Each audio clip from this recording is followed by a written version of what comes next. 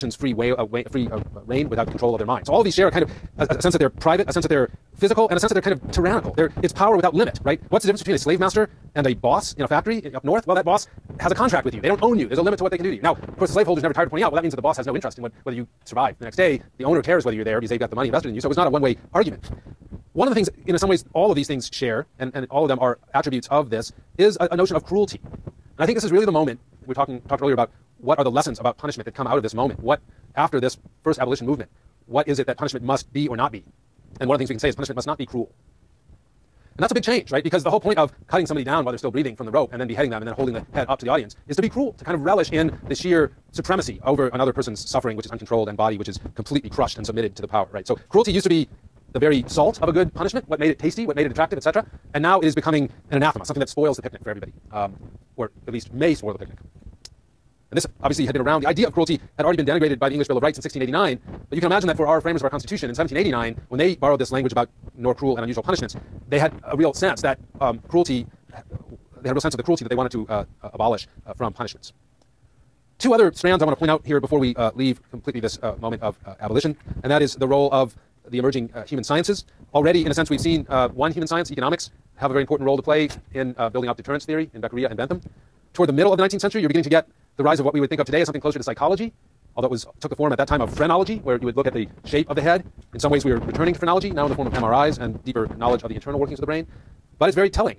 Many of the same things that were being said about these and by these phrenologists are being said today by neurologists. So if you follow my wife, who is a death penalty appeal lawyer, as I mentioned, if you go with her to one of the conferences she goes to where death penalty defense lawyers get together and learn about expertise that can help their clients, probably the biggest item on every conference bill is the neurologist. They love hearing from neurologists who can come in and tell them, when you have this kind of damage in this section of the brain, you really can't control your impulses. If you get angry, your ability to stop that anger from turning into violent behavior is substantially diminished when when this part of the brain is damaged or thins out. And then they can show you, brain scans of murderers that have significantly different structures in that part of the brain than in so-called normal brains. Now, that is very similar to what these phrenologists were talking about. And the conclusion you might draw from that is that it makes as little sense as phrenology did. We don't know. It may turn out to be a stronger science, I think it will, than phrenology turned out to be. The point is, both of them have the quality of saying, crime is really not the fault of the person who you now want to punish. It's the fault of their brain. It was caused by whatever damaged their brain. And of course, that's the origin of the notion that the basic idea that people deserve to be punished may be questionable if you take very seriously the potential deterministic qualities of psychology and ultimately the brain.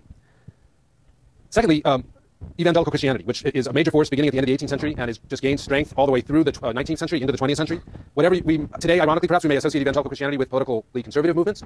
At this time, it was very associated with politically liberal movements, especially opposition to the death penalty. opposition to slavery and opposition to the death penalty. Of course, there had always been religious arguments for the death penalty. And so what was really new in these evangelical arguments of the 19th century was the notion that there were religious grounds for rejecting the death penalty. William Bradford, who was Pennsylvania's Attorney General, and wrote a report urging the abolition of the death penalty in Pennsylvania at the end of the 18th century, wrote, "How dangerous it is rashly to adopt the Mosaical institutions. Laws might have been proper for a tribe of ardent barbarians wandering through the sands of Arabia, which are wholly unfit for an enlightened people of civilized and gentle manners." Right? So appealing to the idea that a Christian society was also perhaps one that could be governed in a less violent and brutal way. Well, in the United States, this all reaches something of a culmination in 1846, and then it becomes law in 1847, when Michigan becomes the first, anyone here from Michigan? Go blue. Becomes the first, really the first polity in the English-speaking world to abolish the death penalty. And what you can see here is that not a whole lot of other states follow them. Maine in 1887. Massachusetts and New York debate abolition. Pennsylvania debates it. Ohio debates it. But by and large, it doesn't happen.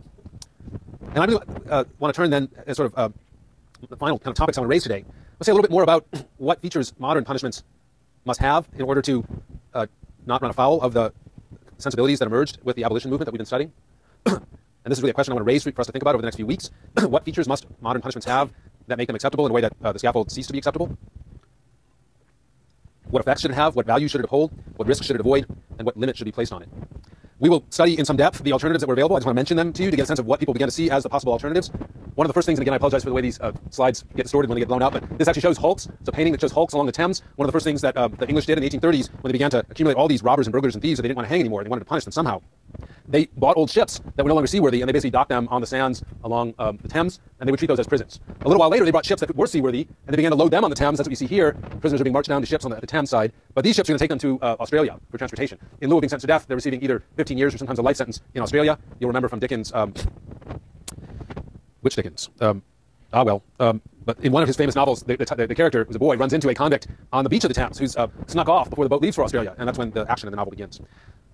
By the end of the 18th century, some people could already see that prisons of a more permanent sort ought to be established. Jeremy Bentham, who we've already seen was a great promoter of the deterrence idea, thought that you could create a very idealized prison in which surveillance through proper architectural design would make it possible to control people with very little force. And we'll study this in more detail later. I just want to plant in your heads the idea that these punishments, these new institutions emerge primarily by appearing to not fall prey to the same problems that the death penalty did. This is the Walnut Street Jail, built in 1773, one of the first sort of jails built in the new in the American colonies, almost the United States then, intended to be a purpose-built jail for criminal punishment designed to solve some of the problems associated with dungeon-like jails.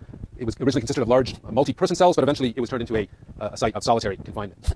So I want to then, in conclusion, take up the topic of how do we account for the overall success of this reform program. How is it that you go from this world of the end of the 18th century where regular executions on the scaffold for all kinds of crimes are a common occurrence several times a year to a situation where we debate whether even executing murderers is morally acceptable or not?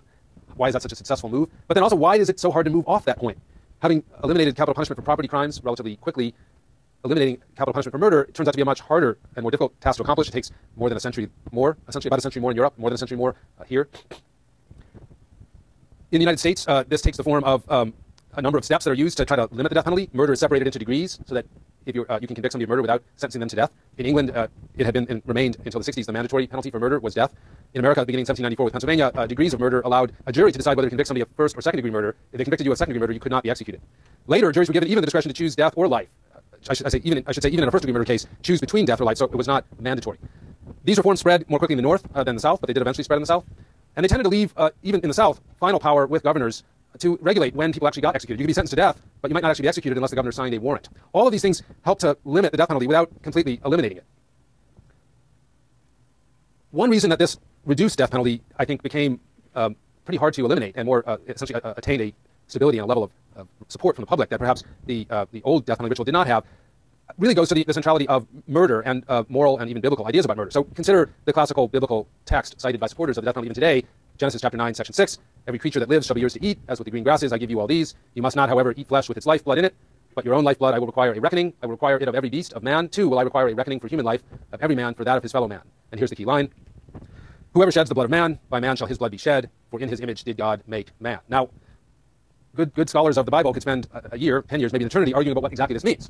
Notice that what appears to be a moral guide about the death penalty comes in a discussion about what you can eat or not. So it's not quite clear, is this really about blood, different kinds of blood, animal blood, human blood? Is it about law? It's not so clear.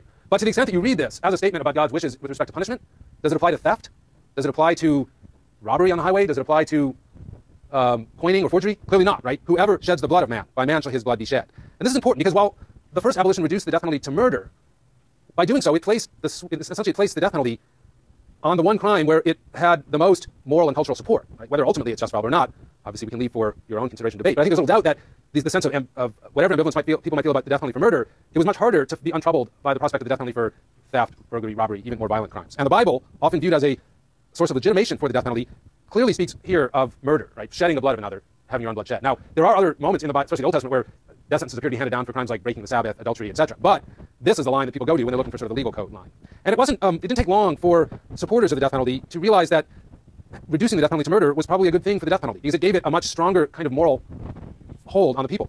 Here's J.S. Van Rensselaer, who was an elite figure in Albany, New York. This is actually a picture of his cousin, I believe, who was the mayor of Albany. Lived a little bit before him, but couldn't find a picture of Stephen Van Rensselaer on the web, unfortunately. So I'm sorry, of J.S. This is Stephen. But J.S., writing to the writing as a member of the New York Assembly against abolition, writes that the criminal should be punished for his crime is not a truth summed up from the tardy teachings of experience. It is an immediate and peremptory decision of the moral sense. Now, this should remind you of Durkheim and also of modern psychological studies of punishment. But it also reminds you of the importance of murder, right? The same thing simply could not be said of these other crimes. By focusing the death penalty on murder, the partial abolition had eliminated clearly the most vulnerable aspects of the death penalty, where it looked the most unjust.